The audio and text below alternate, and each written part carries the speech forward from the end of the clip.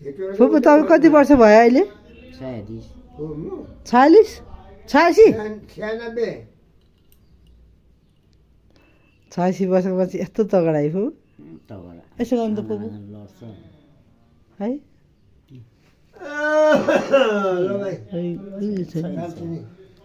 ल ल हाम्रो फुपू 86 वर्षको उमेर हाँठोले भेना कति वर्ष 96 अपी त्यो झिल्केको दिदी त फटा अझ पनि फटा कस्तो रमाइलो पो रहेछ त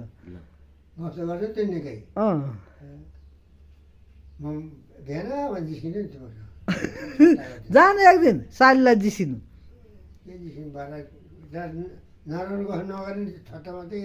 होइन म अस्ति म